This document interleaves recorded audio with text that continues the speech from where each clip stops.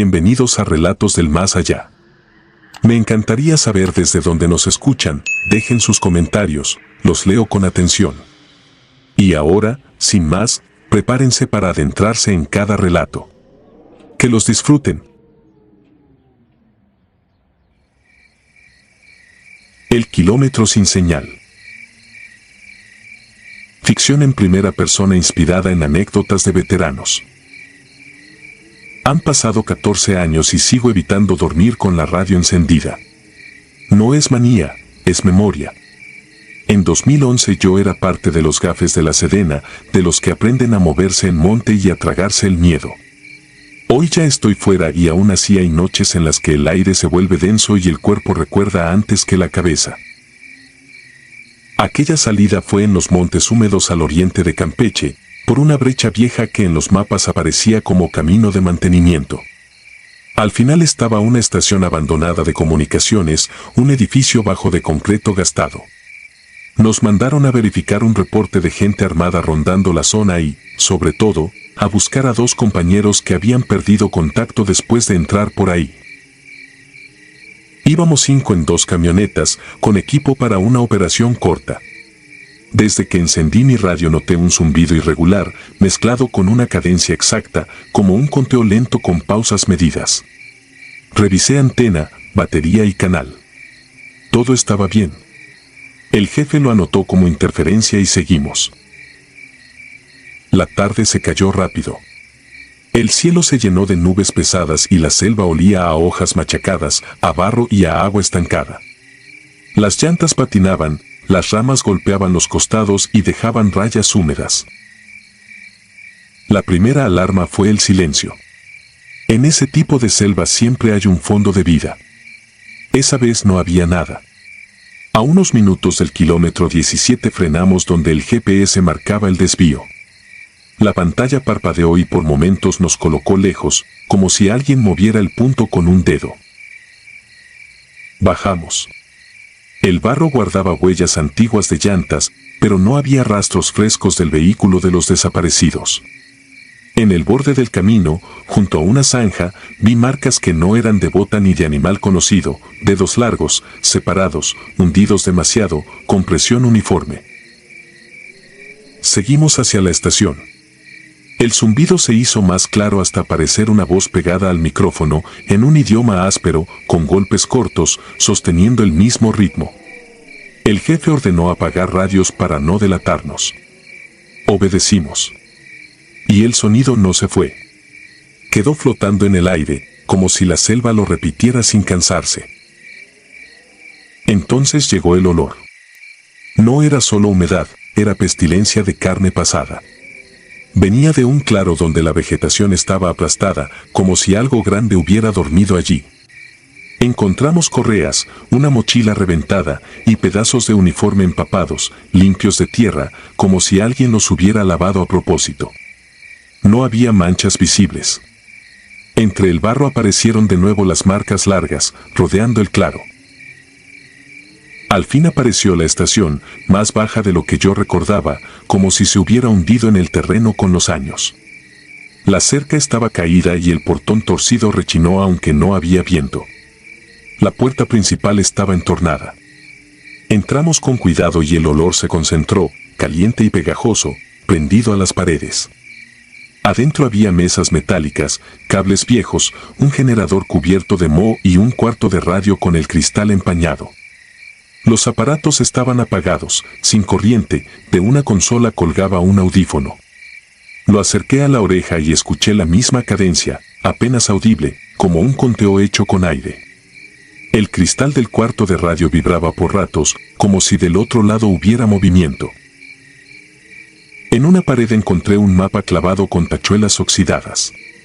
Sobre la cartografía, alguien había trazado una línea hasta el kilómetro 17 y la había repasado muchas veces, con presión, dejando el papel casi roto.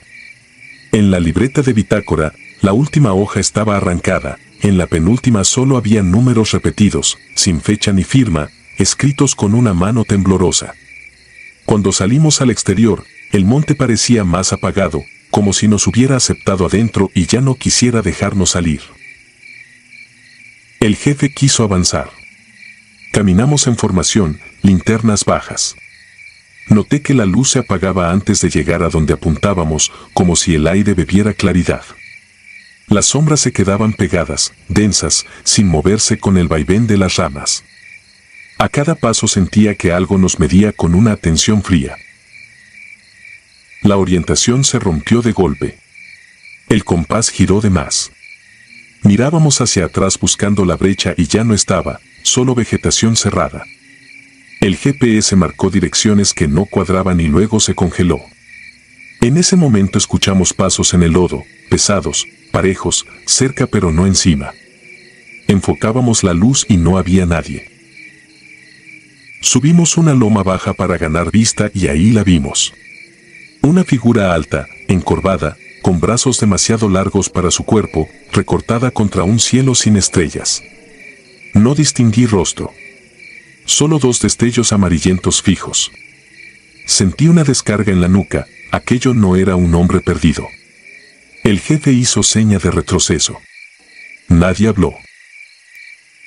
Las linternas parpadearon. El sonido, con la misma cadencia, regresó desde el aire, como si alguien marcara tiempos para una marcha lenta. El frío se metió sin aviso y el aliento salió en bocanadas cortas. En el barro, las marcas aparecieron alrededor, como si nos hubieran cerrado con calma. Alguien disparó una sola vez.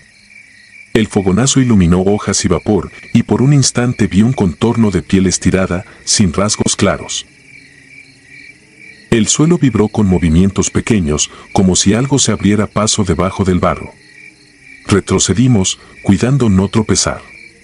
La selva se llenó de una respiración colectiva, no fuerte, pero presente, como si hubiese muchas bocas cerca, escondidas detrás de cada hoja. El conteo siguió, siempre igual, y entendí que no éramos nosotros los que buscábamos. Algo nos había guiado. Llegamos a una hondonada entre raíces y troncos caídos. Allí estaban. Dos compañeros sentados, espalda recta, con la mirada fija en un punto que no estaba frente a ellos. Un tercero tirado de lado, inmóvil, sin heridas visibles. Tenía los ojos abiertos y la boca entreabierta, le salía una espuma blanca que le manchaba el mentón. Los dos sentados movían los labios con el mismo ritmo, como si repitieran una orden sin entenderla. No los tocamos. Nos faltaba el cuarto. Buscamos alrededor y vimos un rastro de huellas humanas que salía del barro. A los pocos metros se convertía en zancadas enormes, separadas por una distancia imposible. Lo seguimos hasta un claro donde una camioneta estaba volcada, con las puertas abiertas. Dentro, el equipo seguía acomodado, como si alguien lo hubiera ordenado con paciencia. En el parabrisas empañado había líneas dibujadas con el dedo, como números torcidos, repetidos. Detrás de mí sonó un roce, algo duro raspando lodo. Me volteé y la figura estaba allí, a pocos pasos. No corría. Se inclinaba hacia nosotros como si oliera el miedo. Los destellos amarillentos estaban más cerca y tuve la sensación de que me miraba por dentro. El jefe dio la orden final. Nos fuimos. Corrimos hacia la camioneta que aún estaba en pie. Subimos sin contar. El motor tardó en responder, como si el aire fuera espeso. Salimos golpeando ramas, abriendo camino a fuerza de llanta. En el espejo vi algo moverse a la par, a la altura de la caja, sin tocar el suelo, con una velocidad que no era humana y una calma que daba más miedo que cualquier carrera. No miré más. Apreté los dientes y seguí acelerando hasta que reapareció el sonido normal de la noche. En la carretera, uno vomitó y tembló. Otro se quedó con la vista perdida, moviendo los labios en silencio, todavía siguiendo la cadencia. Reportamos lo ocurrido con palabras limpias, interferencia, desorientación, pérdida de equipo. En el cuartel escucharon, tomaron nota y cerraron el asunto con rapidez. A los desaparecidos los convirtieron en números, como si así pudieran borrar la forma en que la selva nos los devolvió. Yo creí que el tiempo lo borraría. No lo borró. A veces, en una frecuencia vacía, regresa esa cadencia exacta. A veces, en el ruido de un ventilador, mi mente la completa como si estuviera grabada. Me despierto con el aire pesado y la certeza de que el kilómetro 17 sigue ahí, esperando a que alguien vuelva a entrar. Lo peor no es recordar el olor ni la espuma ni el silencio. Lo peor es saber que esa noche algo nos encontró, nos midió y aprendió la ruta de regreso.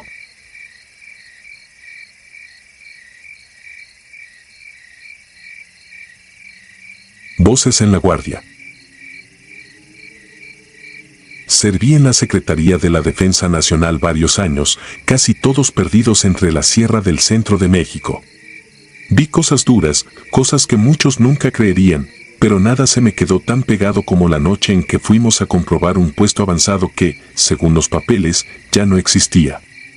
Desde entonces, cada vez que escucho estática en un radio, siento que alguien, en algún monte oscuro, sigue pasando lista con mi nombre.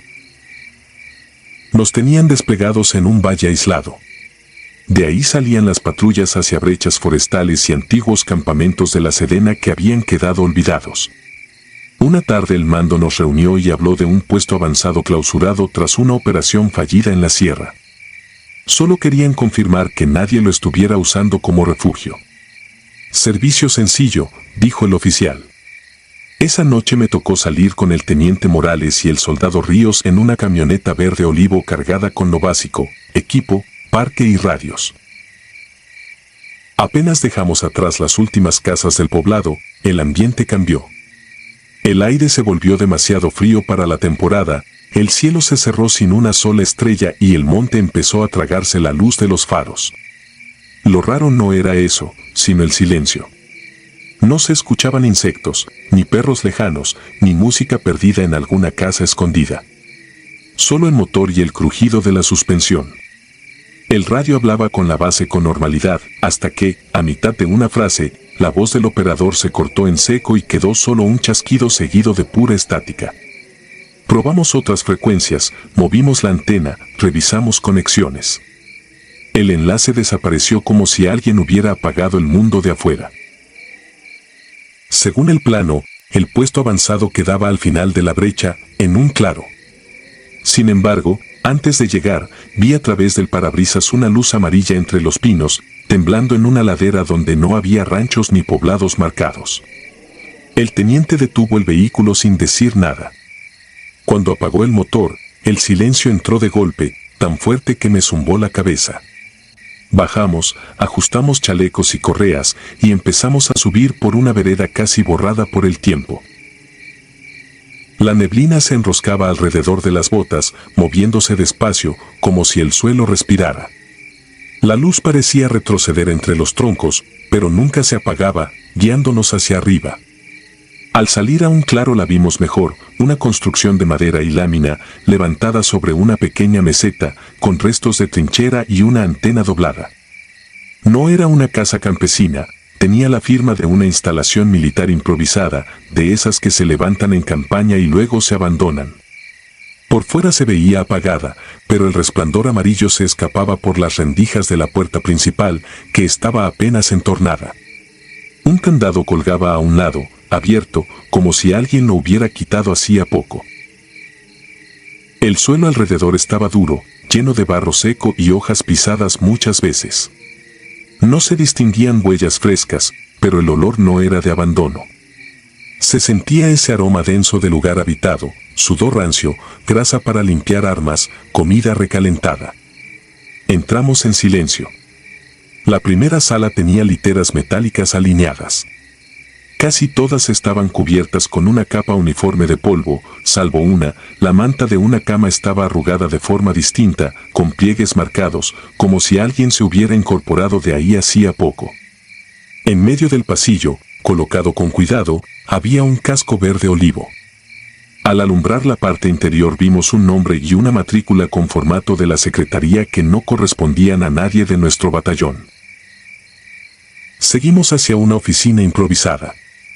Una mesa plegable sostenía montones de papeles amarillentos, órdenes de operación, croquis, listas de personal. Sobre todo eso, sin una sola mota de polvo, había una libreta de pasta negra. El teniente la abrió y yo acerqué la linterna.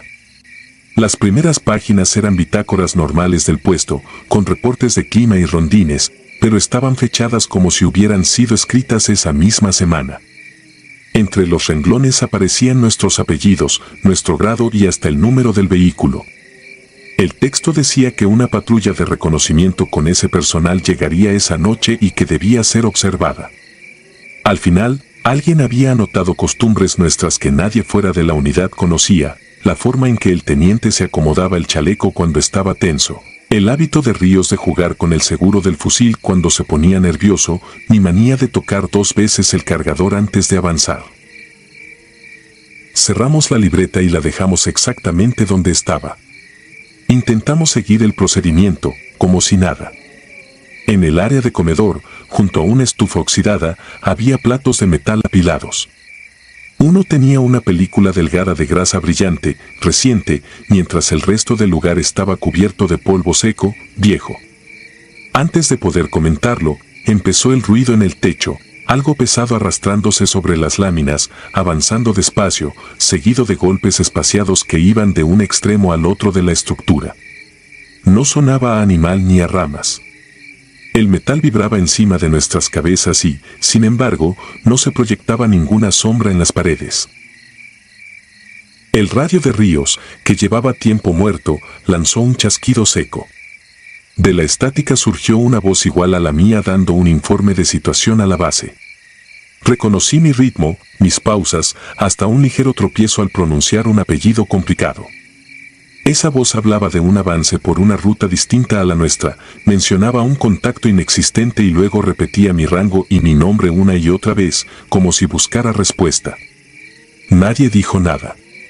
Sentí que el peso del chaleco me hundía en el piso. El teniente hizo una seña hacia la salida. Al cruzar de nuevo la sala de literas vimos que la manta que antes solo estaba un poco arrugada ahora estaba completamente revuelta, como si alguien hubiera forcejeado ahí. El casco había desaparecido del pasillo, en su lugar quedaba un círculo perfecto de barro húmedo, oscuro. Afuera, la neblina había subido hasta la mitad de los troncos y ya no alcanzábamos a ver la camioneta.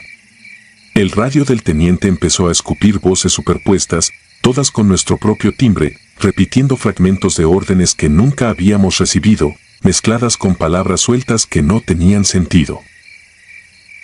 Avanzamos hacia donde recordábamos que estaba el vehículo, casi hombro, con las linternas al frente. Cada paso sonaba exagerado sobre la tierra.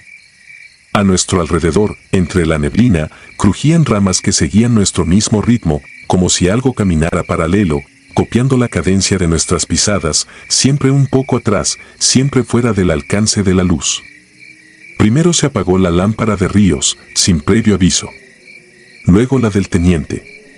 La mía aguantó unos instantes más y me alcanzó para ver, al volver la vista hacia el puesto, que la puerta estaba cerrada y el candado bien asegurado, como si jamás la hubiéramos abierto. Desde dentro de la construcción sellada se oyó el golpeteo claro de botas sobre el piso, marcando paso firme, como una tropa en desfile. Nadie había entrado después de nosotros. Aún así, aquel ritmo se acercó hasta la puerta, se detuvo un momento justo detrás de la madera y se apagó de golpe. Del resto tengo recuerdos rotos, el frío clavándose en los dedos, el fusil pegado al pecho, el motor negándose a encender al primer intento, el corazón golpeando tan fuerte que apenas podía escuchar otra cosa, y la sensación de que el monte completo nos miraba desde todos lados. En la base contamos todo tal cual. El oficial de servicio escuchó serio, sin interrumpir. Cuando terminamos, revisó unos documentos y dijo que ese puesto había sido desmontado tiempo atrás, tras un deslizamiento que sepultó a la unidad que lo ocupaba. No había órdenes recientes sobre el lugar, ni siquiera aparecía ya en los mapas de operaciones. Al día siguiente regresamos con más personal al punto que habíamos marcado. En el claro solo encontramos postes truncos, pedazos de lámina enterrados, charcos viejos. Ninguna pared en pie, ninguna litera, ningún casco, ninguna libreta de pasta negra. Nunca más volvimos a patrullar por esa brecha. A veces, ya fuera del servicio, me ha tocado atravesar otras sierras. Cuando la interferencia se mete al radio del vehículo y la estática sube y baja, siempre espero unos segundos más antes de cambiar de frecuencia. No es lo que enseñan en los cursos, pero no puedo evitarlo. Temo volver a escuchar mi propia voz al otro lado, reportando desde un puesto que, según los informes oficiales, fue borrado del mapa hace mucho y aún así, en algún rincón de la sierra, parece seguir pasando lista en la oscuridad.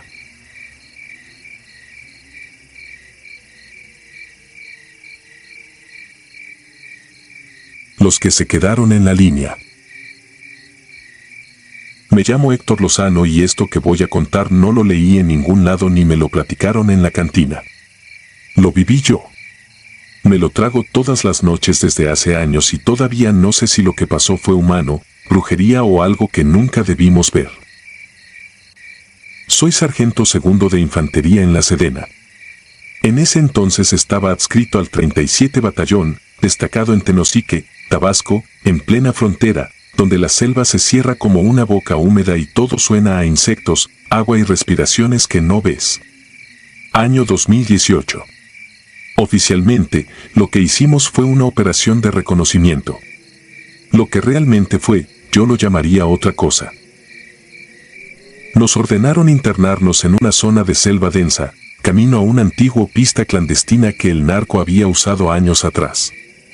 Supuestamente estaba abandonada, pero había informes de luces nocturnas, disparos aislados y gente que no era ni migrante ni campesino. La orden era simple: entrar, verificar, reportar y salir. 12 elementos. Un teniente al mando, 2 sargentos y el resto tropa joven, carne fresca que todavía se reía de nervios para matar el miedo. Nos movimos en 2 unidades hasta donde se pudo. La terracería se volvió lodo, y el lodo se volvió una trampa.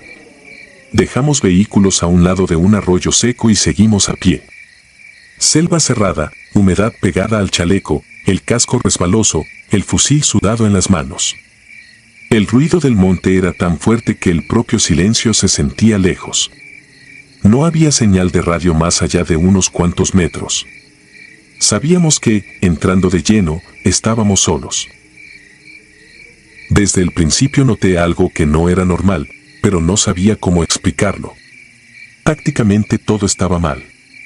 No había rastros frescos de paso, ni casquillos nuevos, ni huellas de botas diferentes a las nuestras. Pero tampoco había animales grandes. Nada de monos, nada de venados, ni siquiera un maldito pájaro. Solo insectos y ese zumbido lejano, como si el aire vibrara. Caminamos casi 3 horas hasta que llegamos a lo que quedaba de la pista. Una franja de tierra apisonada, ya medio comida por la selva. A un lado había restos de tambos quemados, estructuras improvisadas y lo que parecían chozas abandonadas. No había fogatas recientes, no había basura fresca. Sin embargo, en cuanto cruzamos cierto punto, todos sentimos lo mismo, y lo supe porque nos miramos sin decir nada. Era esa sensación de estar observados por alguien que no se asoma, alguien que sabe exactamente dónde estás y qué traes. El teniente ordenó asegurar el perímetro. Nos colocamos en puntos de vigilancia, formamos un semicírculo alrededor de la pista. Había neblina baja, pegada al suelo. El aire olía raro, como a lluvia que no llegaba, mezclada con metal viejo y tierra podrida. Yo me quedé cerca de lo que quedaba de una bodega improvisada, una construcción de madera y lámina oxidada. Adentro no había muchas cosas, un par de cajas vacías, huellas viejas de humedad, manchas en el piso que preferí no preguntar de qué eran. Lo que sí había eran marcas en la pared. Al principio pensé que eran rayones de machete, pero al acercarme vi que no. Eran nombres. Apellidos, rangos militares, algunos solos, otros con iniciales. Varios ya se me habían quedado grabados en la memoria por los partes informativos de años anteriores. Gente que había caído en enfrentamientos, gente que nunca apareció. Uno de esos nombres era de un cabo que yo conocí en Guerrero. Lo vi muerto en una emboscada en 2015. Yo mismo lo cargué hasta el helicóptero. Ahí fue cuando se me enfrió la sangre. No era posible que alguien hubiera escrito esa lista como broma. Eran demasiados nombres, demasiadas coincidencias, demasiados desaparecidos. Todos militares. Llamé al teniente. Revisamos las paredes con las lámparas. El yeso estaba rayado por dentro, como si lo hubieran escrito con algo filoso desde hace tiempo. No se veía fresco. El teniente ordenó tomar fotos y seguir con el reconocimiento. Nos dijo que no nos sugestionáramos, que seguramente eran cosas del narco, que les encanta jugar con la mente. Pero yo ya traía un nudo en el estómago. La noche cayó más rápido de lo normal. Una cosa es que oscurezca y otra es que la luz parezca apagarse. A eso de las 21 horas la selva era una masa negra. Solo teníamos la luz tenue del cielo nublado y nuestras miras nocturnas. Decidimos quedarnos hasta pasada la medianoche para descartar cualquier movimiento. El ambiente se apretó tanto que cada respiración se escuchaba como si fuera ajena. Fue entonces cuando empezó lo que todavía me persigue. Primero fue el olvido del tiempo. Revisé mi reloj y marcaba las 21:10. Lo volví a ver al rato, después de lo que sentí como media hora de vigilancia tensa, y seguía en 21:10. Pensé que se había descompuesto, pero cuando le pregunté en voz baja al cabo Aranda qué hora traía, me dijo exactamente lo mismo. 21:10, otro compañero, el soldado Rivas, reportó por susurro en la radio que su reloj digital marcaba 21:10 también. 3 relojes diferentes, misma hora, congelada. El teniente nos ordenó mantener la calma y no fijarnos en pendejadas. Pero el oído no miente. La selva tiene ritmos, y esa noche todo sonaba fuera de ritmo. Había momentos en los que los insectos callaban de golpe, como si alguien hubiera apagado un switch. Luego, de la nada, regresaban, pero desfasados, como ruido grabado y mal reproducido. El primer grito llegó desde la parte más oscura de la pista. Era humano. Clarísimo, quebrado, y sonó tan cerca que todos giramos los fusiles hacia el mismo punto. Mi sargento, aquí, chilló una voz. Me dolió reconocerla, aunque su dueño llevaba años muerto. Era la voz del cabo que se quedó en Guerrero, el que cargamos convertido en peso muerto. Lo juro por mi madre. No podía decirlo en voz alta. Solo me quedé helado, con el dedo en el gatillo, yendo hacia un tronco grueso donde, según mis ojos, no había nada. La voz repitió, mi sargento, no me deje aquí otra vez. Nadie disparó. Nadie avanzó. El teniente solo murmuró por radio que mantuviéramos posiciones. Pero su respiración se escuchaba agitada, más rápida de lo normal. Después vinieron otros sonidos, no tan claros. Susurros de mujer llamando por un nombre que nadie traía en el uniforme. Sollozos de niño del lado del arroyo, donde sabíamos que no había casas ni campamentos. Pasos, muchos pasos, dando vueltas alrededor de la pista, pero sin ver siluetas claras en la visión nocturna. De vez en cuando aparecía una forma de calor, una mancha tibia que no tenía cuerpo definido, como si alguien estuviera demasiado cerca de la mira y al mismo tiempo no estuviera ahí. En un momento escuchamos algo que terminó de romper al más joven del grupo.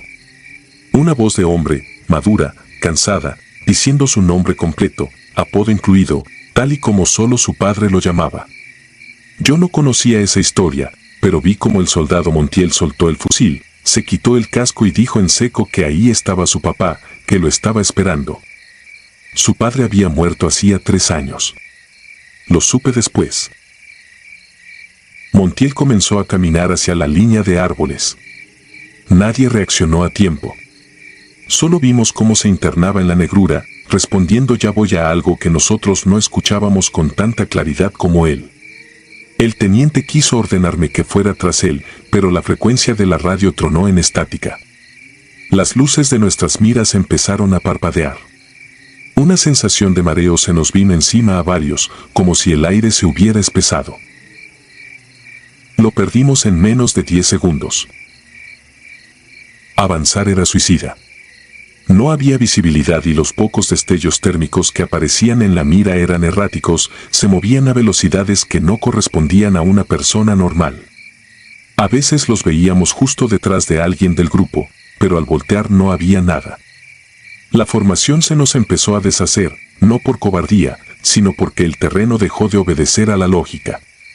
Caminabas 5 pasos hacia adelante y regresabas al mismo tronco marcado, al mismo pedazo de bodega, al mismo claro con una roca grande. Era como dar vueltas dentro de un círculo que no veías. En uno de esos giros absurdos, regresé a la bodega de las paredes rayadas. Solo que ahora los nombres no eran los mismos. Varios habían desaparecido, otros estaban recién marcados, más profundos, como si alguien hubiera pasado una navaja hace minutos. Entre ellos vi uno que me aflojó las piernas, mi nombre completo, con número de matrícula. Acababa de aparecer ahí. Lo hubiera jurado. Toqué el rayón. La madera estaba caliente. No recuerdo haber salido de ahí por decisión propia. De pronto estaba afuera, en la pista, con el teniente gritando mi apellido en susurros furiosos y dándome un manotazo en el hombro. A nuestro alrededor, solo quedábamos 7. Montiel no estaba. Tampoco Rivas ni el cabo Aranda. Nadie escuchó disparos. Nadie vio destellos. Era como si se hubieran despegado del mundo, arrancados del cuadro de la realidad sin dejar ruido. La radio volvió de golpe, con un chasquido que casi nos revienta los oídos. Eran voces del batallón preguntando por nuestra posición. El teniente mintió. Dijo que todo en orden, que estábamos en repliegue por condiciones de clima. Nadie quiso mencionar relojes detenidos, voces de muertos ni nombres grabados. Nos ordenaron replegarnos a la última coordenada segura y esperar extracción terrestre. Salimos de la pista sin dudar. Al alejarnos apenas unos metros, los relojes comenzaron a moverse de nuevo.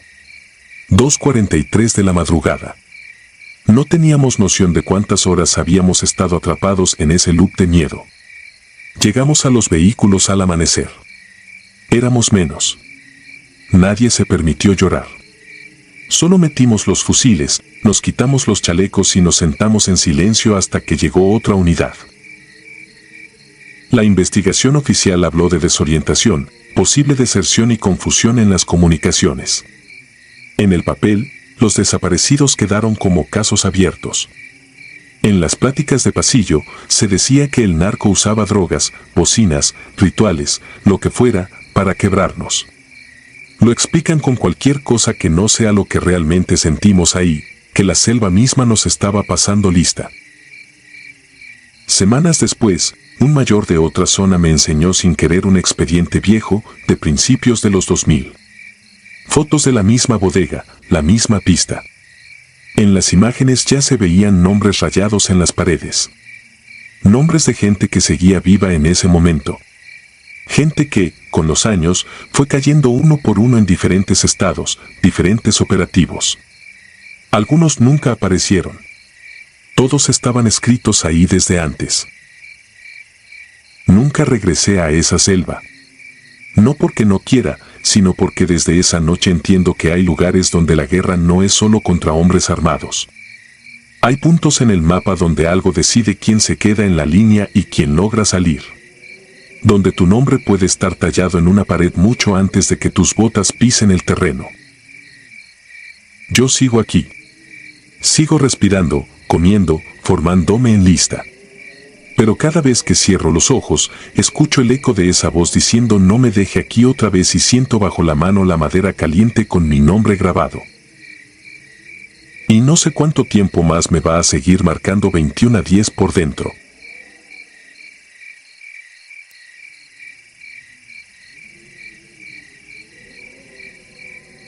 Silencio en la selva. Me llamo Gabriel Álvarez y todavía llevo, bajo el uniforme que hoy guardo como reliquia rota, las cicatrices de una noche que jamás conseguí explicar. Era mayo de 2003 y nuestro batallón había sido desplegado en la cordillera del macizo colombiano, al suroeste de Huila. Se rumoraba que grupos armados utilizaban veredas fantasmas para mover cargamentos, pero lo que hallamos en aquel filo de montaña estaba lejos de cualquier guerra que entienda un hombre. Éramos 7 en la patrulla. Gente curtida, Mendoza, el más veterano, Ramírez, experto en señales, Vega y Salas, los francotiradores, Torres, nuestro enfermero, y Cruz, mi compañero inseparable desde cadetes. A las 16 horas salimos del puesto avanzado con la orden de inspeccionar un caserío inexistente en los mapas oficiales. El camino se nos cerró en cuanto oscureció, barro rojizo, helechos que parecían brazos retorcidos y un cielo tan bajo que daba la impresión de aplastar las copas de los yarumos. A los 90 minutos de marcha la niebla se instaló como un tapiz húmedo, todo sonido quedó amortiguado salvo el chasquido de nuestros propios pasos. El GPS murió primero, luego la radio HF. Ramírez pensó en interferencia deliberada, pero ni siquiera el compás magnético reaccionaba con lógica, la aguja giraba sobre su eje igual que un insecto herido. Cuando quise reportarlo el firmamento escupió un trueno sin relámpago y la noche se volvió densa, sin contornos. Supimos que habíamos perdido la ruta primaria, sin embargo, el protocolo dicta mantener rumbo hasta reencontrar el cauce del río. Así lo intentamos cada quien siguiendo el aliento del que estaba al frente hasta que, pasado el segundo páramo, nos topamos con un puente colgante que nadie recordaba haber visto en los reconocimientos aéreos. La estructura pendía sobre un abismo de vegetación. Tablas carcomidas, cables de acero oxidado. Lo extraño era la luz tenue que se filtraba desde la otra orilla, un resplandor anaranjado, como hoguera distante. Mendoza levantó el puño para detenernos. El silencio allí tenía peso, uno respiraba y podía sentir como el aire ajeno se alojaba en los pulmones. Aún así, la idea de cruzar nos pareció mejor que retroceder sin dirección.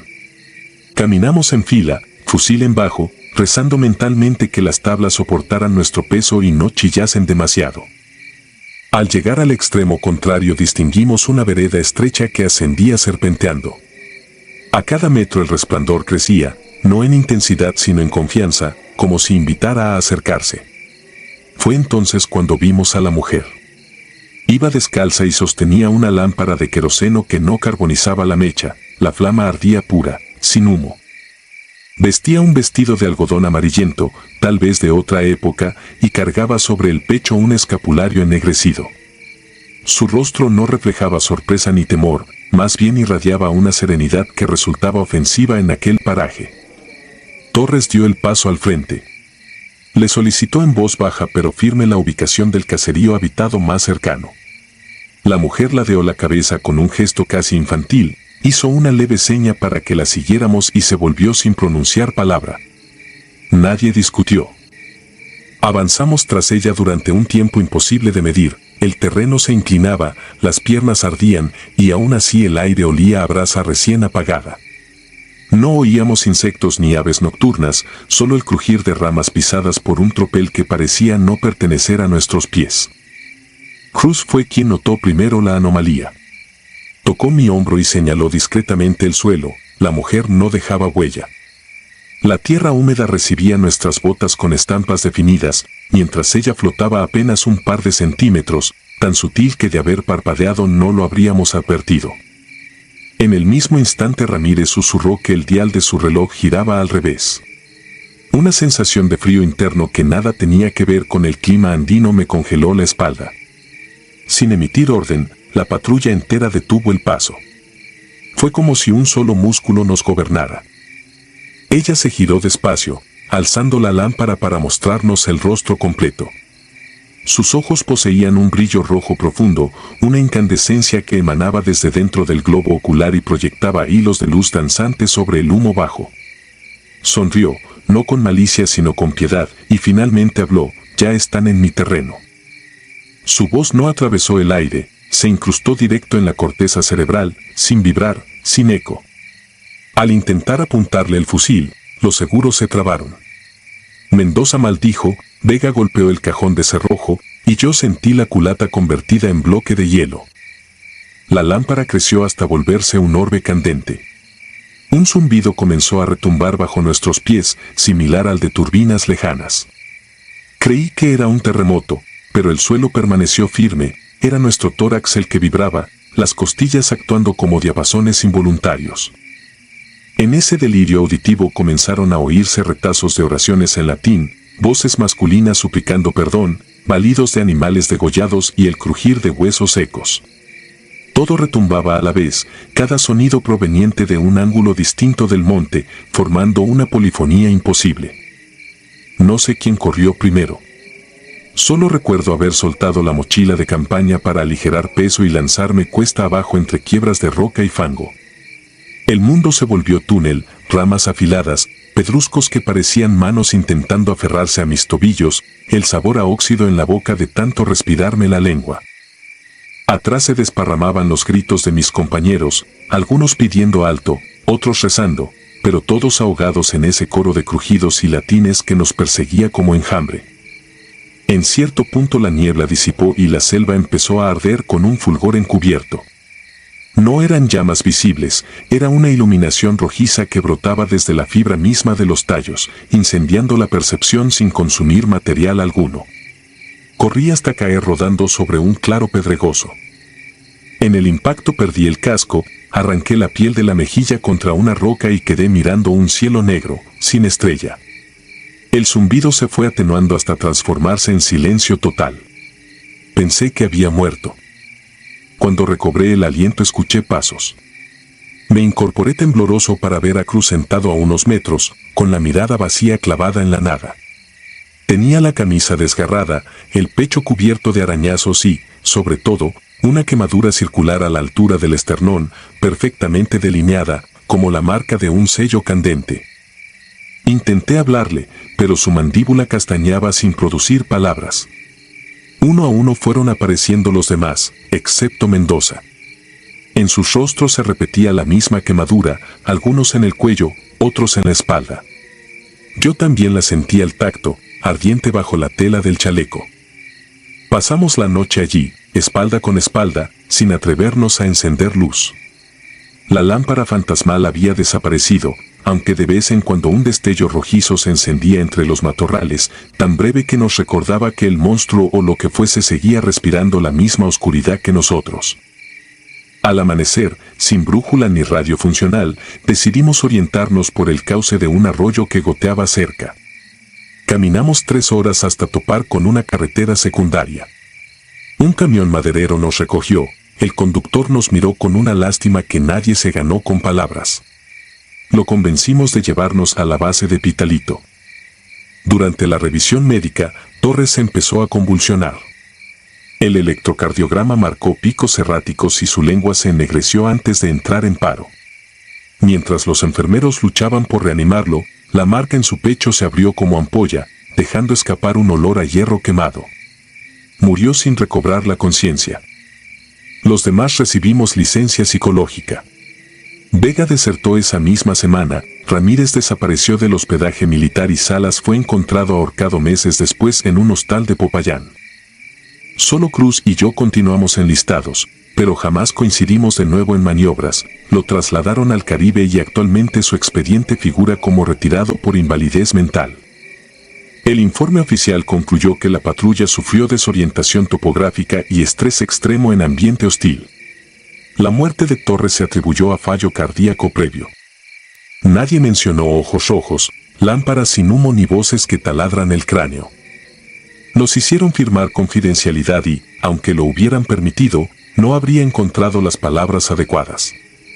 El puente colgante desapareció cuando lo buscaron las brigadas de ingenieros. La topografía mostró un cañón imposible de franquear sin helicóptero. Solo quedó, como prueba, una fotografía borrosa que Ramírez alcanzó a capturar en la huida, un destello carmesí flotando entre los árboles. Los analistas dijeron que era reflejo de linterna contra niebla. Han pasado 22 años. La marca en mi pecho nunca sanó, es un círculo rojizo que palpita en noches de tormenta y se inflama cuando pronuncio su recuerdo. Hoy duermo con la luz encendida, no porque tema la oscuridad sino lo que puede manifestarse en esa delgada membrana donde se unen neblina y silencio. Me retiré del ejército con honores que saben a lápida, cargo medallas que tintinean como campanas funerarias y cada tanto despierto sobresaltado por un zumbido que trepa la columna vertebral, el mismo que anunció, aquella noche, la llegada de la mujer sin pisadas.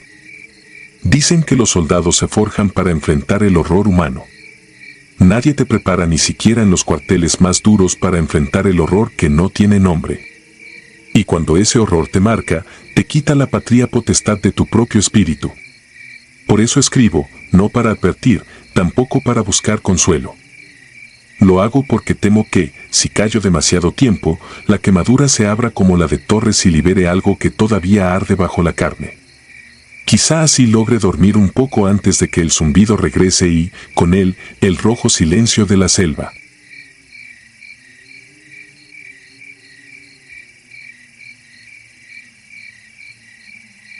Pacto en la quebrada. Nunca quise escribir esto, pero descubrir que el insomnio no se cura con pastillas me obligó a dejarlo por escrito, quizá para que alguien entienda por qué no respondo llamadas de mis viejos compañeros. Fui suboficial de infantería en el batallón Selva 23, al sur de Colombia, y en marzo de 2019 me asignaron a un patrullaje nocturno en lo profundo del Parque Nacional Serranía de Chiribiquete. Éramos 9 hombres curtidos, todos con más de una década entre hostigamientos y erradicaciones, pero lo que vivimos esa noche nos dejó con la certeza de que hay cosas peores que las balas y las minas.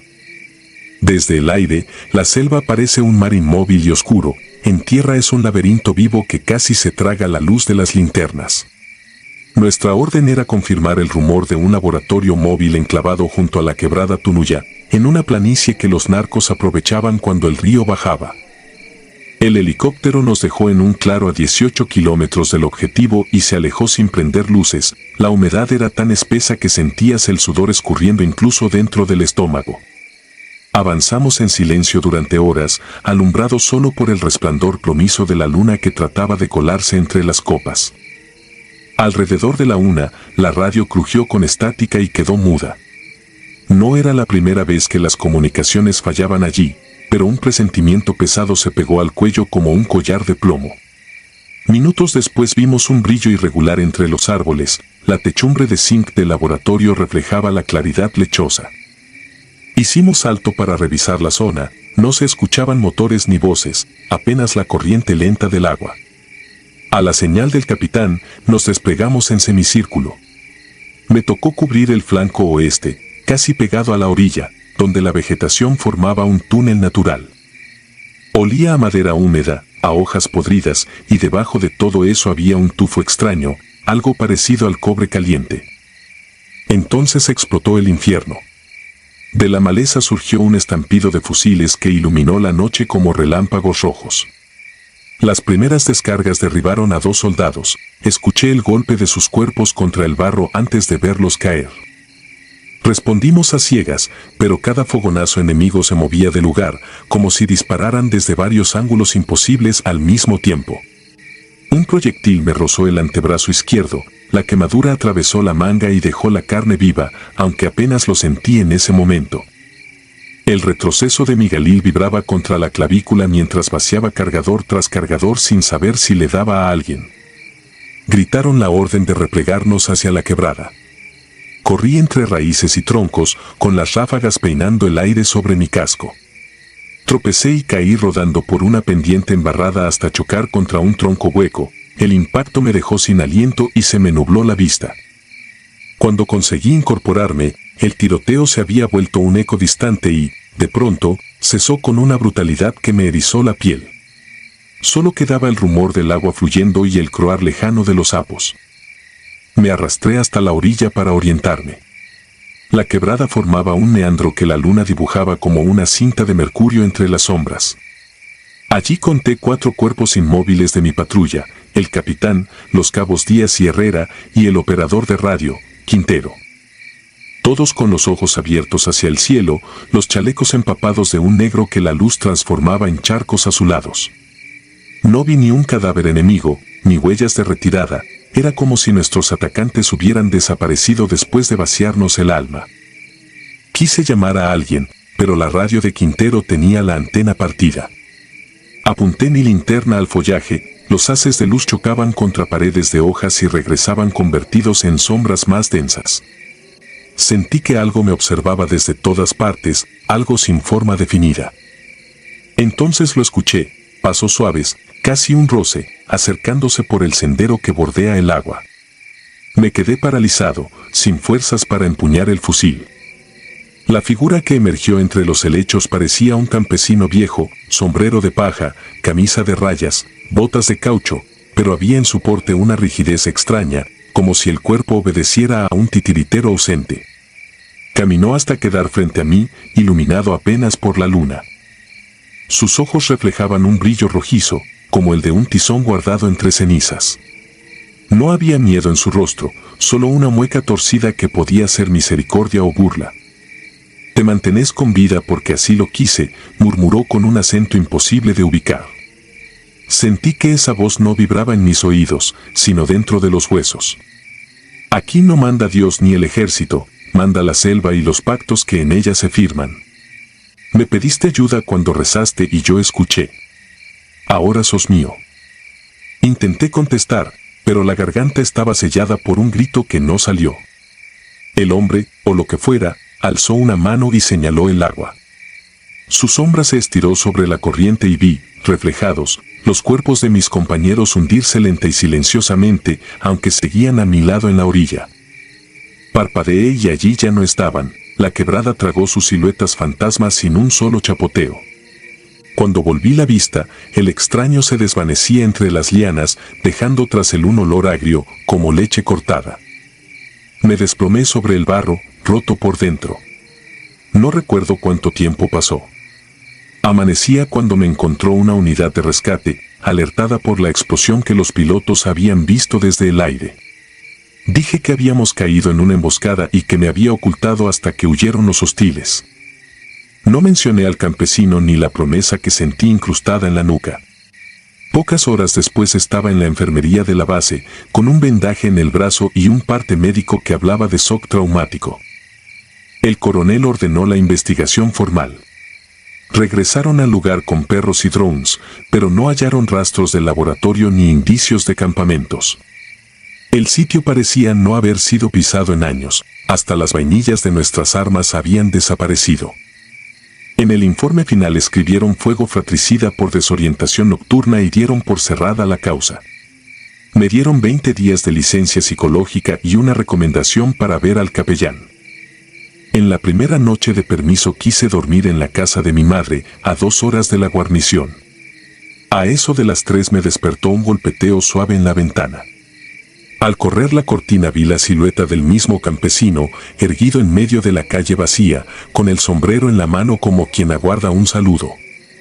Sus ojos ardían con el mismo fulgor rojizo, y aunque no oí su voz, entendí el mensaje, la deuda seguía viva. No encendí la luz, no grité. Solo me quedé temblando hasta el amanecer. Pedí la baja definitiva y vendí todo para largarme a la frontera con Ecuador, convencido de que el río Putumayo podría diluir mis huellas. No funcionó. Cada vez que el motor de la lancha apagaba su rugido, distinguía unos pasos amortiguados por el barro y un susurro que no llegaba a ser palabra, pero helaba la sangre igual. Mis nuevos camaradas, antiguos pescadores, decían que las noches me encontraban de pie, sonámbulo, mirando hacia el monte con los labios moviéndose como si conversara con alguien. He cruzado 6 países en buses cochambrosos, dormido en iglesias donde el olor a incienso apenas cubre un hedor sulfuroso que me persigue, y no hay lugar donde no sienta el latido de la deuda bajo la piel. Cuando a un soldado le cuentan que la selva tiene dueño, cree que hablan de capos o de guerrillas, nunca imagina a los patrones del aire, a los señores del silencio. Yo los vi, o vi a uno de ellos, y supe que mi plegaria jamás llegó al cielo. Cayó en la quebrada como una piedra, y alguien la recogió para tallar con ella mis cadenas. No sé cuánto me queda antes de que venga a cobrar su favor. Lo único seguro es que huir no sirve y rezar tampoco. Si algún día encuentran esta libreta empapada en la ribera de un río o bajo la cama de un cuartucho barato, hagan lo que yo no pude, quédense sordos ante la tentación de pedir milagros donde reina la oscuridad. Porque la oscuridad concede, pero nunca regala. Y si vuelven a patrullar de noche, no confíen en las pausas del combate ni en los silencios repentinos. A veces, cuando la selva calla, lo hace para escuchar mejor cómo late el miedo dentro de ustedes, y en ese latido hay un ruego que tarde o temprano alguien, o algo, responde.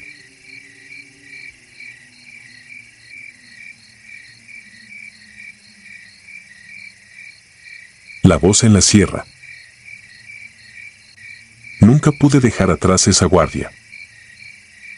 He estado en zonas de conflicto, he visto lo que los hombres se hacen entre sí, he escuchado los gritos de heridos y el silbido de las balas, pero nada de eso se parece a lo que nos pasó en aquella operación de montaña. Eso no estaba en los manuales. Eso no lo entrenan en ningún curso. En ese tiempo yo era parte de un pelotón de infantería de la Secretaría de la Defensa Nacional, asignado a operaciones en la Sierra Madre del Sur, en el estado de Guerrero. Oficialmente íbamos a reconocer una zona alta donde se habían detectado radios no identificados cerca de una antena de comunicación. Extraoficialmente, nos dijeron que en esa parte de la sierra se había perdido una patrulla años atrás y que no se volvió a saber de ellos. Nadie lo comentó en voz alta, pero todos lo pensamos: si una patrulla entrenada se pierde así, algo anda mal en ese lugar. El ascenso fue pesado.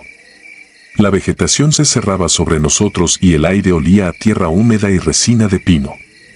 Cargábamos equipo completo, raciones secas y el radio de campaña que era nuestra única línea directa con el mando.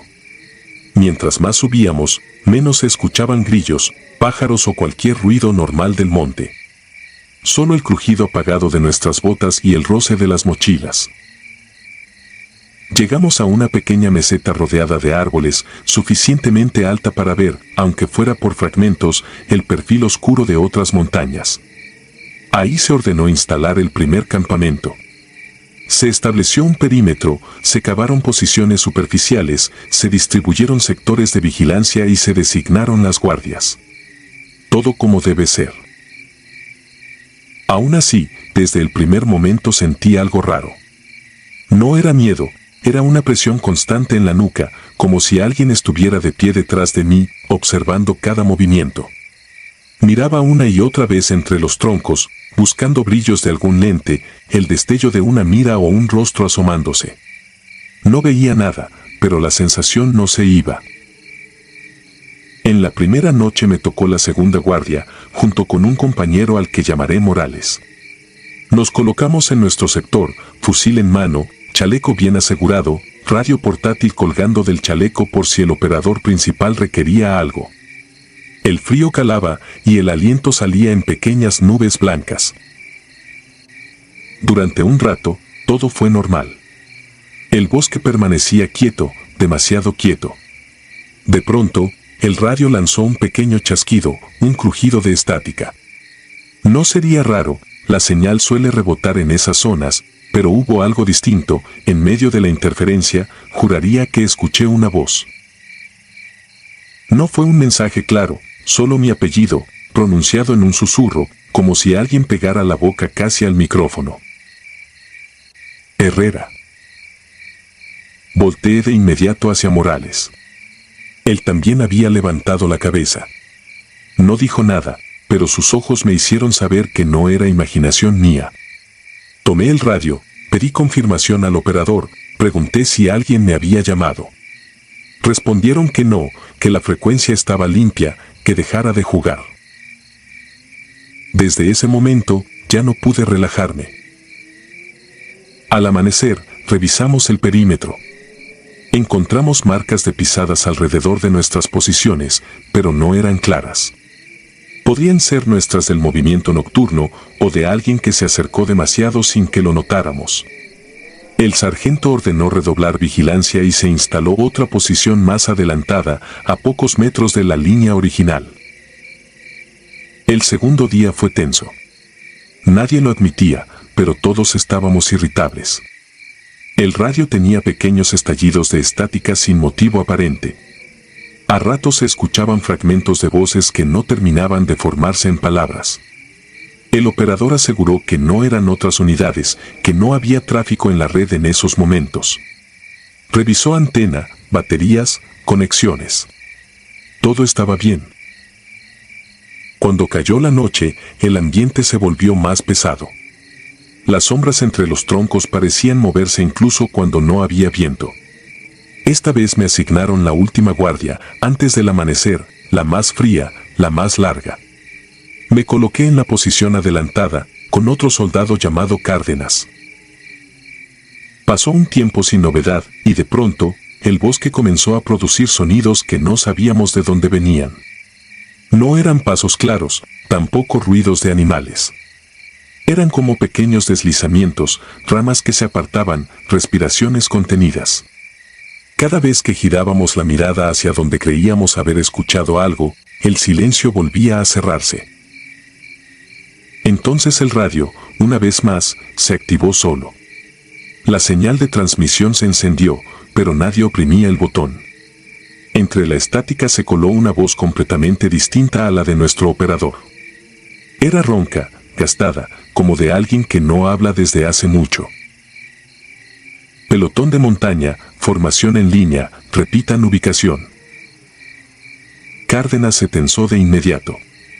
Llamamos al operador, respondió medio adormilado, negando haber transmitido. El mando ordenó silencio absoluto en la frecuencia. Aún así, la voz volvió a filtrarse un par de veces más, diciendo órdenes antiguas, claves de un sistema de comunicación que ya no se usaba. Al amanecer, algunos compañeros juraron haber visto figuras entre los árboles. No sombras sin forma, sino siluetas humanas, como soldados con mochila y fusil, detenidos a media ladera, observando el campamento. Para cuando dirigían hacia allá las miras, ya no había nadie. Se ordenó mantenerse alerta, pero el mando insistió en que todo debía tener una explicación lógica, grupos armados vigilando, cazadores, gente de la zona. El tercer día empezó con cansancio acumulado y nervios al límite. Nadie dormía bien. Hubo rumores de que el mando superior había escuchado en la red voces cruzadas provenientes de nuestra zona, con indicativos que no correspondían a nadie activo en ese momento. El jefe de sección recibió una llamada que lo dejó pálido.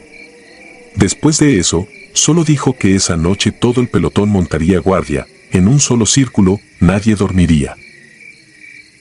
Cayó la oscuridad y formamos una corona de hombres alrededor del área central, todos apuntando hacia afuera, cubriendo sectores. El operador de radio se colocó junto al comandante de pelotón. El silencio era tan denso que dolía en los oídos. Se podía escuchar cada respiración, cada movimiento mínimo de las botas sobre la tierra. No recuerdo cuánto tiempo pasó hasta que los escuchamos.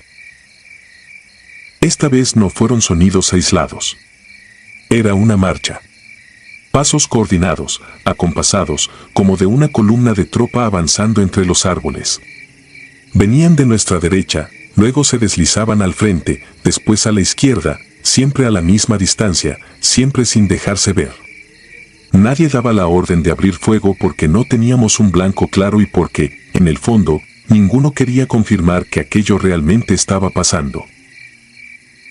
El radio cobró vida de nuevo.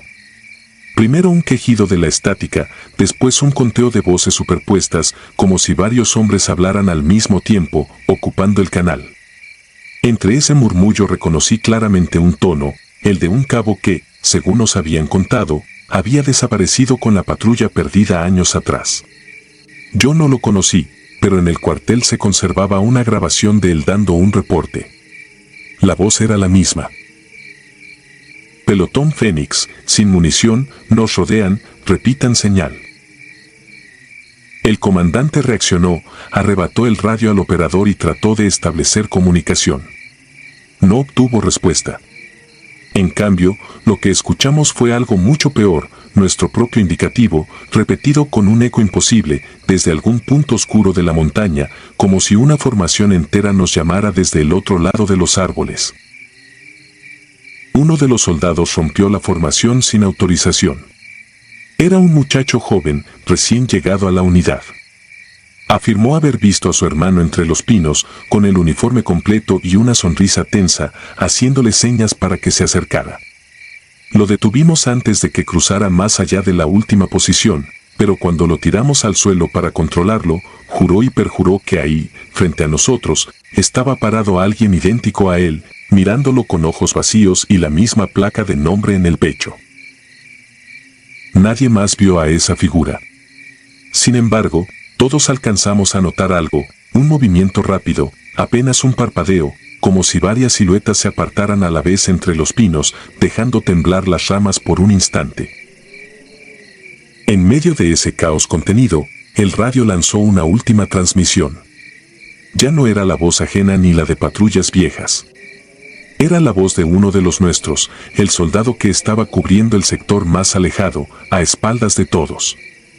Su mensaje fue breve, cortado por un grito apagado. Mi comandante, están atrás de... Silencio. Giramos todos hacia su sector. No estaba. Su fusil yacía en el suelo, con el cargador lleno, y su casco se encontraba varios pasos más adelante, perfectamente acomodado sobre la tierra, como si alguien lo hubiera dejado ahí con calma. No había rastros de lucha, no había sangre, no había señales de arrastre. Simplemente dejó de estar. El comandante ordenó replegarnos hacia el centro y permanecer agachados, en círculo, apuntando en todas direcciones. Más de uno rezaba en voz baja, pese a la prohibición de hacer ruido.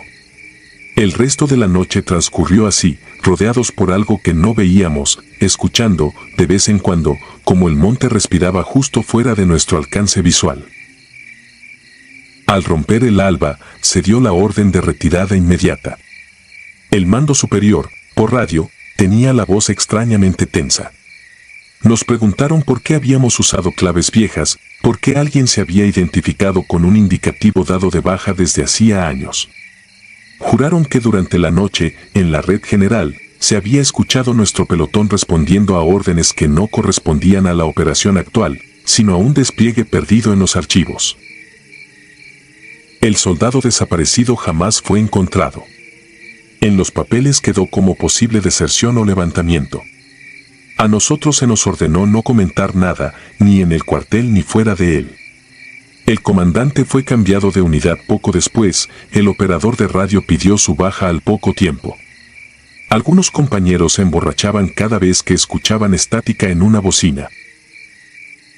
Yo aguanté algunos años más en la institución, hasta que las noches se volvieron insoportables. Cada vez que oía un radio abrirse solo, incluso en la calle, sentía la piel erizarse.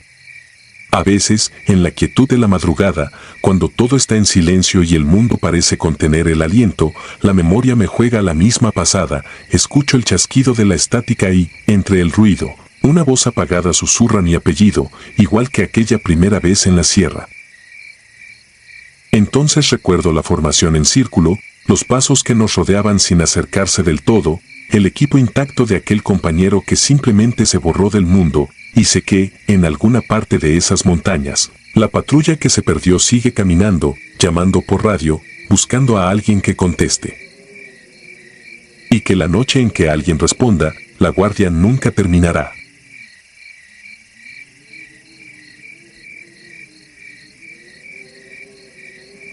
Guardia maldita. Lo que voy a contar no está en ningún parte oficial. No hay parte informativo, ni oficio, ni bitácora que lo mencione. Solo quedamos unos cuantos que sabemos lo que pasó en aquella sierra, y la mayoría prefiere fingir que fue cansancio, estrés, locura temporal. A mí me gustaría creer eso también, pero cada vez que cierro los ojos sigo viendo lo mismo. Era parte de una unidad destacamentada en la sierra, en un punto perdido entre barrancas y cerros húmedos. Llevábamos días entre patrullajes, retenes y noches cortadas por el ruido distante de disparos que nunca sabíamos si eran pruebas de arma, cazadores o algo peor. El aire olía a tierra mojada, diésel y sudor rancio atrapado en el chaleco. Aquella noche me tocaba guardia en el perímetro más alejado del campamento. Un punto elevado, apenas protegido por unas piedras y un pedazo de lona mal tensado. Desde ahí se veía la barranca, oscura y profunda, como una boca abierta tragándose la neblina que subía en remolinos. El cielo empezaba a cargar nubes pesadas, de esas que se sienten antes de que caiga la primera gota.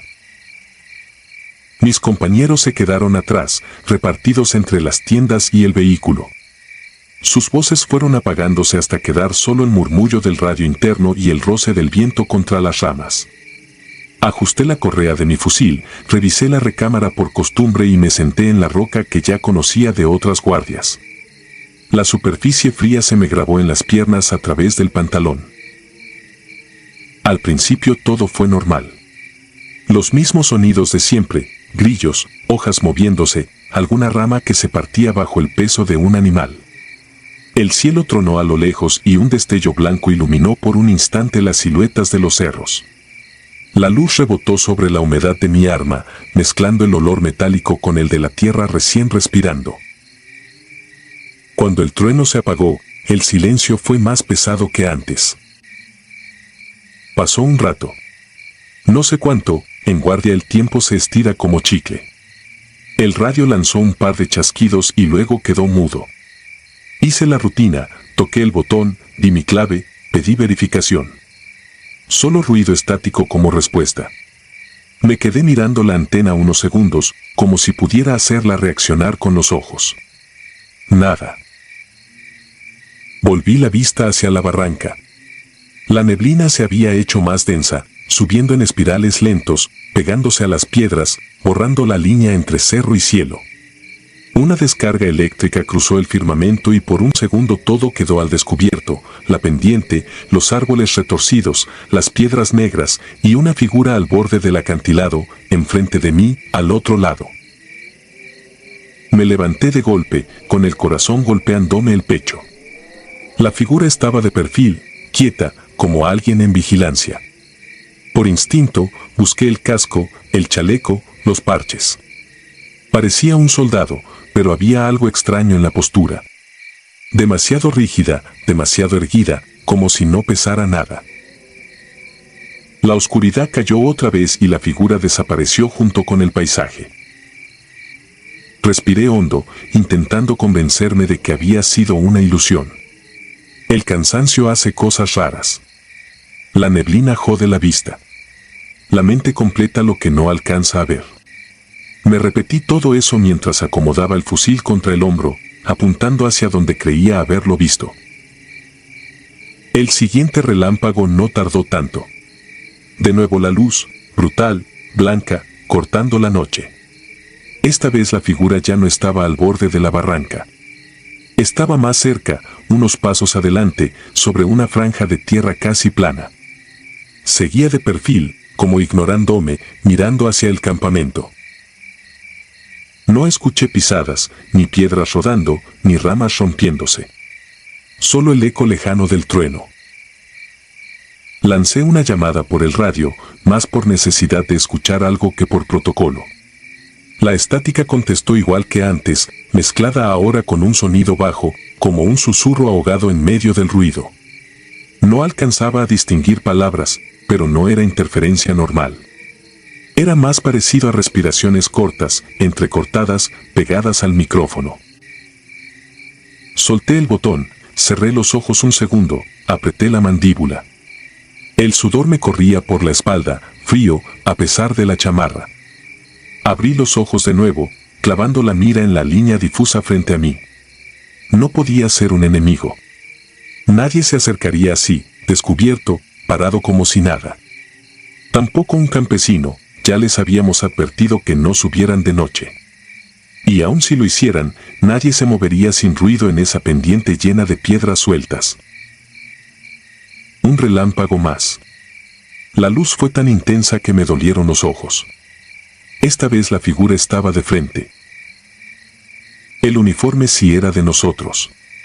El corte, las bolsas, incluso el chaleco. Pero no llevaba lámpara, ni arma, ni equipo de ningún tipo. La cara estaba en sombra, como si la neblina se pegara solo ahí. Ningún rasgo distinguible, ni ojos, ni boca, ni cicatrices. Nada. Solo una mancha oscura donde debería estar el rostro. La sensación más fuerte no fue miedo al principio, sino enojo. Pensé que alguien se estaba burlando de mí, algún compañero tratando de asustar al de guardia. Sentí el impulso de gritarle, de amenazarlo con reportarlo. Abrí la boca, pero algo me detuvo. No había botas. El resto del cuerpo estaba ahí, pantalón, rodilleras, bajo del chaleco, el contorno claro. Pero en el punto donde deberían asomar las botas, solo había neblina, retorciéndose despacio, como si estuviera colgando del aire. Bajé un poco el fusil, no por confianza, sino porque las manos me temblaban tanto que me costaba apuntar. La oscuridad volvió a caer, pesada, casi palpable. El viento subió de intensidad y con él llegó un olor raro, distinto al de humedad y tierra. Olía a ropa guardada mucho tiempo, a metal viejo, a aceite rancio. Un aroma que solo encuentras en bodegas abandonadas o almacenes en los que nadie ha entrado en años. Tuve la necesidad de voltear hacia atrás, hacia el campamento. Se veía distante, con apenas unas luces amarillas escapando por las aberturas de las tiendas. Ningún movimiento, ninguna silueta. Solo el parpadeo tenue de una fogata a medio morir. Estaba solo. El radio volvió a chasquear. Esta vez sí reconocí algo entre la estática. Era mi propia voz. No era un eco de lo que yo había dicho antes. Era mi voz diciendo cosas que jamás había pronunciado. Órdenes, reportes, coordenadas, nombres de caminos y pueblos que no conocía. Sonaba igual que yo, con el mismo acento, el mismo ritmo, pero no era yo. Sentí el estómago apretarse mientras escuchaba, pegado al auricular, inmóvil. Entre esas palabras sueltas se colaron otras, más bajas, más lentas, en un tono que no supe reconocer. Y luego, nítida, una frase corta, dicha con mi timbre pero en un murmullo grave que nunca he podido imitar. Dijo mi nombre completo, y agregó: «Deja el puesto». Sentí que la sangre se me iba de la cara. Miré otra vez hacia la barranca justo en el momento en que un destello más iluminó el paisaje. La figura estaba más cerca, a pocos pasos de la línea que marcaba mi posición. El rostro seguía siendo una mancha oscura, pero ahora se distinguía la forma de una boca abierta, como si estuviera gritando en silencio. No escuché nada. Ni truenos, ni viento, ni estática. Solo el latido desbocado en mis oídos. Traté de recordar los procedimientos, lo que nos dicen cuando hablan de estrés de combate, de alucinaciones, de cómo mantener la mente centrada. Respiración controlada, revisar equipo, confirmar entorno. Me obligué a seguir la rutina. Toqué el chaleco, la cartuchera, la culata. Todo estaba en su lugar. Todo era real. Menos esa cosa. La luz volvió a apagarse. En la oscuridad, el radio lanzó un quejido débil, como si le faltara energía. Lo apagué y lo encendí por desesperación. La misma voz, la mía, salió de nuevo, ahora en un susurro casi cariñoso. No te quedes solo. Sentí una presión en el hombro izquierdo. Firme, como una mano enguantada del mismo peso que una mano humana, apoyándose para llamarte la atención. Di un salto hacia adelante, girando el cuerpo con el fusil apuntando hacia donde debería estar la persona que me había tocado. No había nadie. El área a mi alrededor quedó iluminada por otro relámpago. La roca, la lona, la tierra encharcada. Ni huellas ni sombra de alguien detrás de mí.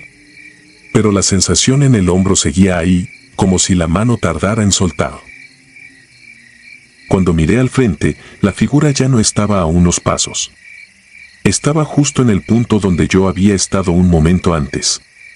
De pie, en mi puesto, con mi misma postura, el fusil cruzado frente al pecho de forma idéntica a como yo lo cargaba. El uniforme tenía manchas oscuras en el pecho y el abdomen, como si se hubiera empapado de algo que ya se había secado hacía mucho.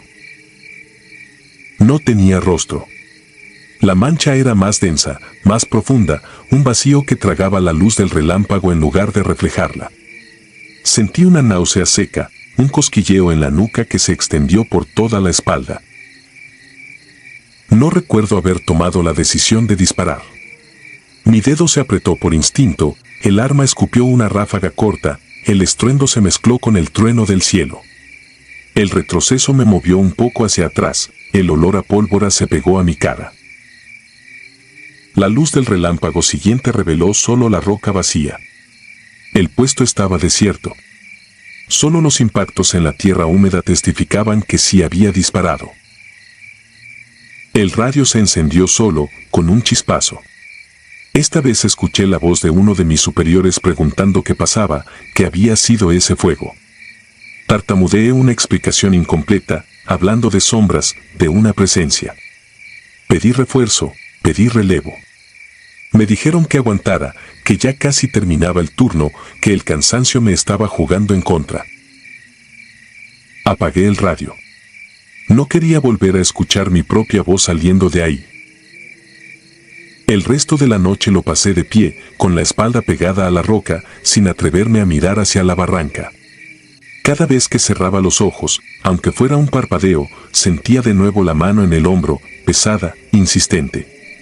En algún momento dejó de llover, pero el frío aumentó. Se me entumieron las manos, los pies, la cara. No sentí sueño, solo una alerta constante que no se parecía a nada que hubiera vivido antes. Al amanecer, cuando llegó el relevo, me encontraron pálido, con la mirada fija y los labios partidos por la resequedad. Revisaron el perímetro, contaron los casquillos, anotaron todo en una libreta. Me hicieron repetir una y otra vez lo que había visto, lo que había escuchado. Algunos se rieron, otros se quedaron serios y no dijeron nada. Uno de los más antiguos se acercó cuando los demás se alejaron. No llevaba libreta ni hacía preguntas. Solo me miró a los ojos y dijo, en voz baja, que en esa misma posición había caído un soldado años atrás, durante otro operativo, en medio de otra tormenta parecida. Que nunca recuperaron el cuerpo, que se lo tragó la barranca entre lodo y piedras. Que desde entonces había quien prefería no tomar ese puesto. Me puse a temblar, no por el frío. Desde esa noche no puedo estar completamente tranquilo en ningún guardia. Cada vez que me toca vigilar, en cualquier parte, siento la misma mano pesada apoyándose en mi hombro. Y de vez en cuando el radio crepita sin motivo, todavía alcanzo a oír mi voz hablándome desde otra parte de la sierra, dándome órdenes que nadie ha emitido, recordándome que en ese puesto, bajo la tormenta, alguien más sigue cumpliendo un turno que nunca terminó.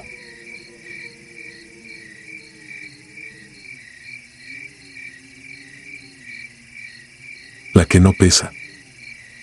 Me llamo Saúl, matrícula reservada.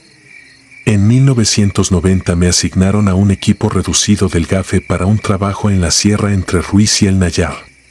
La orden venía con mapa plastificado, coordenadas marcadas por asesores extranjeros y una frase que no admitía réplica: verificar túneles, asegurar acceso, recuperar evidencias.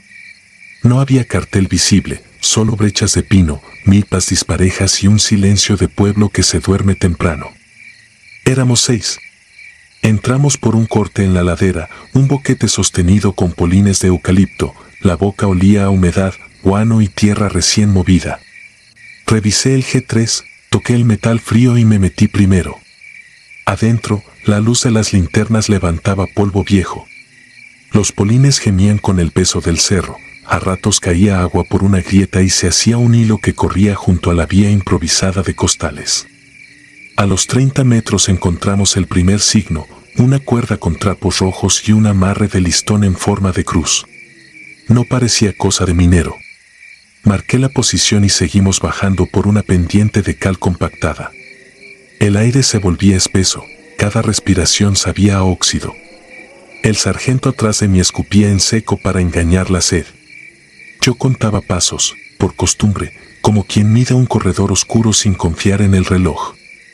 El túnel se abría a una cámara mayor. En el centro, sobre cajas de refresco apiladas, había velas gastadas, un plato con maíz y algo que parecía un cráneo chico cubierto con un rebozo. No lo toqué. Al apuntar a la pared vi marcas negras, como dedos pasados por hollín. A la izquierda, un pasadizo estrecho bajaba aún más. Desde ahí venía un aire más frío. Pedí avance en fila y nos metimos. El pasadizo desembocaba en un corredor tallado a punta de cincel. A la derecha, 2 puertas de madera mal encajadas. La primera daba a una especie de cuarto de almacenamiento, tambos de plástico, botes de cal, bolsas de fécula. La segunda estaba trabada. Golpeamos con la culata, cedió. Adentro había un altar de fierro viejo y latas con grasa derretida. En el suelo, muñecos hechos con trapo y alambre, clavados con espinas de naranjo. En la pared, 3 círculos pintados con carbón. El cabo Murillo murmuró que aquello era trabajo. No contesté. Antes de que pudiéramos registrar, una figura cruzó el umbral contrario del corredor. La vi de frente y no la entiendo hasta hoy. Era una mujer delgada, pelo pegado a la cabeza, pies descalzos tiznados de barro. No tenía prisa. Se detuvo a 2 metros, levantó la cara a la linterna y la cara cambió, no por magia de feria, sino como cambia una imagen cuando el lente tropieza, rasgos que se derriten al borde de la luz y se recomponen al centro. Los pómulos se estiraron, la boca se hizo larga, los dientes parecían demasiados. Apunté al pecho. El tiro sonó fuerte en la cueva, sentí el retroceso firme del G3. Detrás de ella, la pared saltó en polvo. Ella no. Retrocedió sin pisar. No doy otra explicación. No dio un paso, simplemente se deslizó hacia atrás, como si la jalaran con un cable invisible. Murillo quiso lanzar otra ráfaga, le bajé el arma. La mujer se perdió por una oquedad vertical. Corrí a asomarme, un tiro de mina de los antiguos, con una escalera improvisada de varilla. Abajo, negro completo. Arriba, apenas la vibración del cerro que se acomodaba. El sargento ordenó asegurar el sitio y marcar retorno para pedir refuerzos. Yo no me moví. No sé si fue terquedad o una obligación que nadie me había pedido. En el borde del tiro, con la linterna clavada en el vacío, vi algo blanco atrapado en un alambre. Bajé 2 escalones. Olía a rancio y a medicinas baratas. El alambre sujetaba un zapatito de niño. Debajo, 2 bolsas de yute húmedas con amarras viejas. Llamé al sargento. Subimos las bolsas. Dentro había lo que pensé que jamás vería en servicio, pequeños cuerpos envueltos en telas con flores, apretados como paquetes de contrabando, con pulseritas de plástico como las de hospital. Ninguno reciente. Ninguno entero. Nadie habló.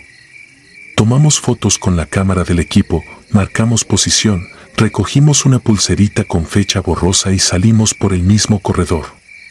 La cámara de velas había quedado atrás. Ahora, al pasar, las latas seguían calientes, aunque nadie las había tocado. En el altar había quedado una mancha nueva de grasa que dibujaba una mano abierta. No sé quién la vio primero. Solo sé que aceleramos el paso. La salida nos escupió a la tarde baja. El aire abierto golpeó como cachetada. Subimos a la loma para tener vista y señal. Yo miraba el valle para ubicar la vereda de escape cuando, de izquierda a derecha, cruzó una luz amarilla a ras de monte, en línea perfecta, más rápido que cualquier vehículo que conozca. Detrás, otra, y luego otra, como si rebotaran en un borde que no veía. No eran bengalas ni trazadoras ni motos. Eran puntos densos que dejaban un rastro breve, un zumbido en la mandíbula y se perdían detrás del cerro. El radio chirrió sin concluir llamada, las voces se cortaban, como si alguien apretara el botón a medias. En el repliegue, con la luz última pegando de frente, vi otra cosa, en la boca del túnel, una sombra parada de costado, delgada, con el rebozo en la cabeza. No hice un segundo tiro. Sencillamente nos fuimos. De regreso al destacamento, entregamos la memoria de la cámara, las bolsas selladas y el informe. A la noche nos encerraron en el cuarto de armas y luego nos sentaron con los asesores. Uno, de español seco, quería precisión, tiempo, distancia, número de pasos, inclinación de la pendiente. Le hablé del tiro que no detuvo a la mujer, del zapatito, de las luces. Me preguntó si consumíamos algo en servicio. Le respondí que solo café de olla y agua de tambo. Firmamos un papel donde no se mencionaba nada de túneles con fines rituales ni de menores. En el acta quedó como hallazgo no atribuible y área asegurada para exploración técnica. Jamás vimos el complemento del informe. Dormí 2 horas. Al despertar, algo había cambiado de sitio en la mente, como cuando un mueble pesadísimo aparece al otro lado del cuarto y uno no recuerda haberlo movido. A partir de esa noche, cada vez que apagaba la luz del dormitorio del cuartel, 3 destellos cruzaban la ventana, siempre del mismo modo, izquierda, derecha, izquierda. Era un reflejo que no podía explicar. En patrullajes siguientes, el zumbido en la mandíbula regresaba por momentos sin que hubiera motores cerca. Empecé a apretar los dientes. Semanas después, nos mandaron a asegurar otra ladera, esta vez más al norte. La rutina era idéntica: caminar antes del alba, marcar brecha, revisar cuevas. En una de esas, hallé una cinta hospitalaria como la que recogimos, pero con fecha nítida de hacía 3 años y el nombre de una niña. Guardé la cinta sin reportarla. No por rebeldía, sino porque una parte de mí sabía que esa lista de nombres no iba a salvar a nadie. Quise volver al primer túnel por cuenta propia. Llegué al atardecer, solo. Los polines estaban más gastados, y había huellas recientes de llanta. Me paré en la entrada. El aire estaba quieto. Caminé 3 pasos adentro y escuché algo que no voy a describir porque sería fácil decir que era un animal o un truco del viento. No era eso. Era otra cosa que te toma por la columna y te obliga a recordar que hay lugares donde el aire tiene dueño.